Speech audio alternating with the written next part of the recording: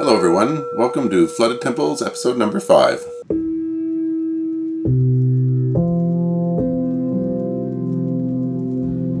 Today we're heading to the Ellora caves to explore the ancient secrets behind the creation of the Nectar of the Gods, known as Amrita, and also the poison Hala Hala. When I looked online for some basic information about the caves, I found that they were thought to be built between the 6th and 10th centuries CE. There are 34 caves total. 12 are attributed to the Buddhists, 4 to the Jain, and the rest to the Hindu community. A famous historian, doctor, and writer from India named Yamini Mubai wrote an essay titled Ellora, Water and Sacred Spaces.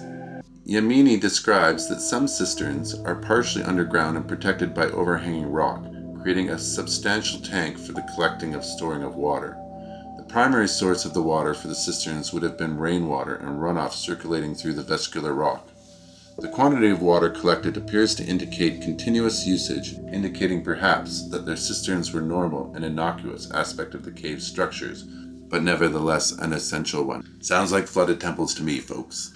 Let's go look at one of the caves that looked the most interesting to me and see if we can figure out what the water levels would have been. And also see if we can figure out how they would have made that Amrita magically appear on those lingam in the back in the sanctuaries. This is cave number 15 at Ellora, one of the Hindu caves. On the second floor it features a Shiva lingam located at the very back of the cave, within the sanctuary at the end of the giant hall of columns. The cave is also known as Dashavatara. Leading up into it is a large stairway and then a monumental gateway leading into a large open-air courtyard. In the middle of the courtyard is a freestanding monolithic mandapa with a 2-story rock-cut cave behind it. If you look at the floor in the open-air courtyard, you'll see many of the round holes I mentioned earlier. If you look at the walls at the bottom corners on either side of the courtyard, you can see the double holes that they think were for tying off ropes. Also look how the second floor looks completely different from this point down, indicating what I think must have been the intentional water level on the floor for the temple.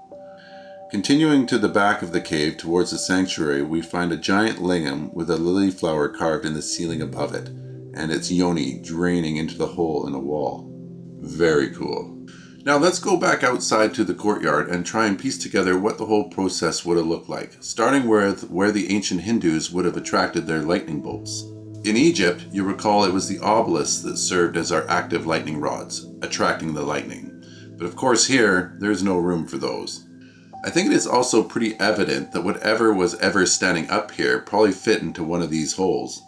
Upon examining the mythologies and stories of Lord Shiva for elements resembling active lightning rods, something begins to stand out, and I think that thing is this little guy right here. Lord Shiva's trident. If you recall from previous episodes, you'll know that an active lightning rod requires the ability to put a positive charge on its tip to attract the lightning. In today's technology, piezoelectric rods use the incoming wind from the storms to vibrate the quartz-like piezoelectric material inside. My guess is this drum-like object known as damaru was used for the same purpose.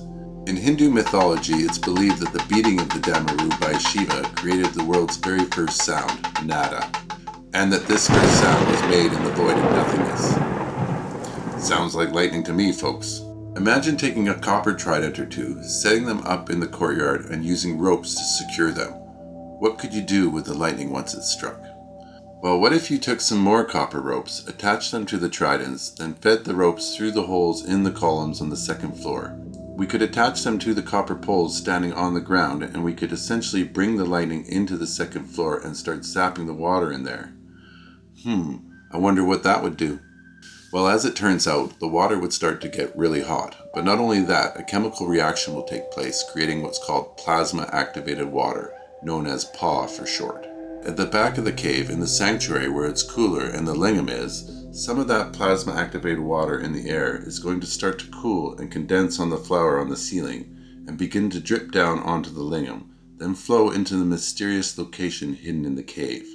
One counterintuitive thing about collecting a condensed liquid like I'm talking about here is that usually it'll remove any contaminants and leave you beautiful clean water. However, with plasma-activated water, the opposite occurs. Once it's condensed out of the air, it still remains full of those nitrate species that the ancients were looking for. We'll come back to plasma-activated water and explain what it is and how it works a little bit later. First, I want to take a look at the process I've just described and compare it to an ancient Hindu legend called the Samudra Manthan, translated as the churning of the sea or milk, which talks about the nectar of the gods, Amrita, and also the poison Hala Hala. In the legend of the Samudra Manthan, Shiva's trident, the Trishul, represents the forces of creation, preservation, and destruction. However, it was not used as a tool in the Samudra Manthan itself. Instead, it was Mount Mandara that was said to be used as a turning rod. These two things obviously don't line up, but let's carry on. Again, in the legend, a rope is used to depict the actual turning of the rod mountain. It appears to be a cooperative tug-of-war of sorts, intended to have occurred between two distinct groups of beings, the gods or devas and the demons or asuras. The rope is actually a serpent named Vasuki. It said the reason Vasuki was used was his divine strength and maybe his resistance to the deadly poison Hala Hala, which when it escaped from his mouth, Shiva breathed to save creation, but the darn stuff turned his throat blue. This is where I think you can see the process of making plasma-activated water and the mythology start to line up. During the chemical reaction that occurs when lightning strikes water, it splits H2O into reactive oxygen and nitrogen species, such as peroxides and nitrates, which supercharge the water with antimicrobial and nutrient-boosting properties. Additionally, ozone is produced, a deadly gas, heavier than air, that can burn your lungs and throat. Perhaps this is what is known as the Hala Hala. If we revisit the process of creating plasma-activated water from the lingam in the sanctuary and consider why the ancients would condense it from the air, it becomes apparent that there may be a couple of reasons. When the water vapor from plasma-activated water condenses, it becomes liquid water and is free of impurities. Still, it will also contain any reactive chemical species that were present in the vapor phase, like nitrogen oxides. Plasma-activated water is being produced and used for many different applications today. Universities are testing it on plants, which is showing that the plasma-activated water benefits plant growth by generating reactive nitrogen species, which stimulate germination and boost plants' natural defense mechanisms against pests and stress, leading to reduced reliance on chemical fertilizers and pesticides. But the application I think that's probably the most important to the people of Ellora Caves is its use as a potential medicine.